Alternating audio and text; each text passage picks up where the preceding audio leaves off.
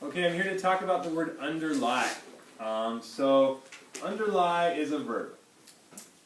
It's a verb, so that's an important thing. People sometimes try to use it as a noun or something, but it's not a noun, it's not a thing.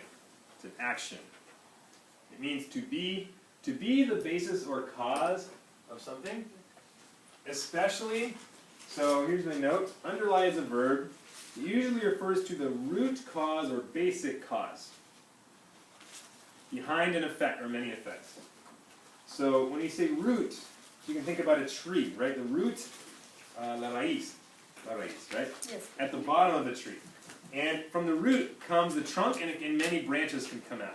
So in the same way, you have the root cause is the first basic cause. So something happens first. Because of that first thing that happens, many other things can come out of it. So an example is, so like the cause is here, these are the effects. And I know it's a not beautiful tree at all, but if you want to draw a more beautiful tree in your notes, please feel free. So it means cause, basically, causar, cause. But, o sea, la base de algo, it says. But also similar to causar, but it's not just any cause, it's a root cause, like the first cause. At the beginning of, the first cause, and maybe many effects could come from that one cause. That's the idea. So here's an example, and if you think about it, if you look at the word, it's a compound word, underlie, like lie under. And if you think about a tree, right? Here's the tree.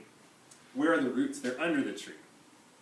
So it's like, and a tree grows up. So in the same way, this first cause is like underneath everything else.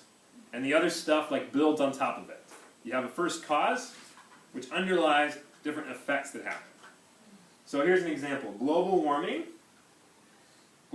underlies many changes in weather. So there are many details about the weather. And this is, at least my opinion, right? And most scientists seem to agree with this. So you can talk about many different things around the world. The more droughts in California, although now it's getting a little better, right? But on the other hand, you have more flooding in some places, I think in the east, the Mississippi River is flooding and stuff like that. So in different parts of the world, different things are happening. In many places, in Texas, flooding. Many places there is higher average temperature. That's something that's happening in many places. The ice caps are melting, right? Glaciers are retreating, moving back in many places in the world. Well, that's actually not weather. Glaciers are not weather. So I'm getting a little bit away from my sentence. Now, if I include glaciers, it could be just changes in the environment. But even just to the weather, there are many changes in the weather that happen in many places in the world that are not exactly the same as each other. But we can say all these different things happen. Why? Because of one root cause, global warming, leads to many effects. That's what underlie means. It can be many effects. It doesn't have to be many effects, though. It can be many effects. Okay, but it just means it's the basic cause that leads to a result. So again, this is my personal opinion, not speaking as a representative of any government, because I know I can't do that, but my personal opinion, why is Donald Trump winning? Well, one thing is dissatisfaction with the economy, I think, because people feel like their incomes are not going up, and so, and then another thing is that, unfortunately, I think racism. I think Americans are still more racist than we want to admit, because when he says racist things, people like it. So we could say, why is he winning? So my opinion, we could say, what is causing him to win? Dissatisfaction with the economy and racism. Those are things that were already there, and then what was the result of that? Donald Trump was winning. So people could argue that. People argue, what underlies Donald Trump's victories? They surprised everybody. Everybody thought journalists, people writing on the news thought he would lose, but he didn't. So something in the country underlies his wins. Why did he win? So you could use the word underlie to talk about that. We have a result. So underlie is usually you have a result, and you want to say what caused it. What's the basic cause that came before it?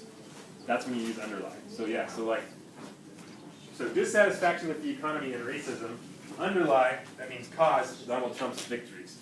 But remember, it's like the basic cause. So it's not like, people voting for Donald Trump underlie his victory. That's obvious.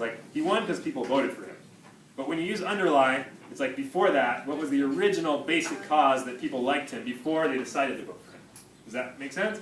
And think about the tree. Root cause is under the ground, and then it leads to the tree later. And yeah, big thing, underlie is not a noun. It's a cause. So it's a verb. So it's like cause, causar. Okay, what else do I need to say? Here. So the English word related to English. Changes in technology underlie many changes in reading habits.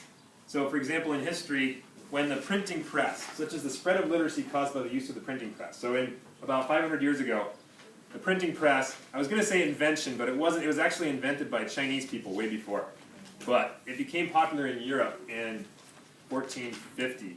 And in a few years after that, suddenly more people are able to read, because before that, books were so expensive, because the only way to make a book is to have one person by hand copy every word in the book with a pen. So expensive, years and years to make one book. And suddenly you can make thousands of books.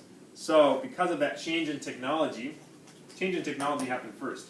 Because of that, many more people learned to read, and reading became more popular, because suddenly people can afford books. So then they're like, well, I want to learn to read so I can read all these books that are available. So that was a result of the technology. And we could say now with the internet is leading to changes in reading habits too. More people read on the internet. They don't read paper books as much. That's a result of the internet. Internet happened first. So, okay, and word, so we said ser la base de algo en sustentar. Those sound good to you? Okay, I don't actually know this word in Spanish, but okay. Word families, underlying as an adjective, could describe a cause. So in a sentence like this, the underlying cause of Donald Trump's victories is. So it's another way to say this, but using a word family. But use underlying as an adjective, mainly to describe the word cause. And that means like the basic cause, la causa básica, la causa raíz, I don't know if you say that in Spanish or not, but the root cause. Synonyms for underlie: cause, lead to, or be behind. That's a little bit more informal, be behind. But it's similar. It's like, what is behind Donald Trump's victory? That means what caused it. But it's a little bit more informal. So like I would say, probably don't use it in an essay. This one. But this one, yes, definitely. Lead to or cause, yes. All right. Any questions about underlie? All right, thank you for watching, and thank you for filming.